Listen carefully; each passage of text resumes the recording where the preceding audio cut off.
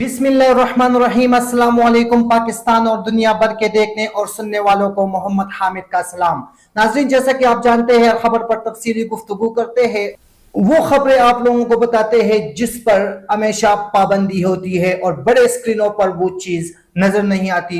हमारे चैनल की तवज्जुह से वो चीजें आप लोगों के साथ शेयर करते हैं, टूटे फूटे सही, लेकिन आप लोगों के ज़हनों में वो बात डाल लेते हैं जो बड़े चैनल आप लोगों को नहीं दिखाते। किसी के कहने पे, बड़े माफिया के कहने पे कि ये चीज आपने नहीं चलानी, लेकिन हम चलाने की कोशिश करते हैं।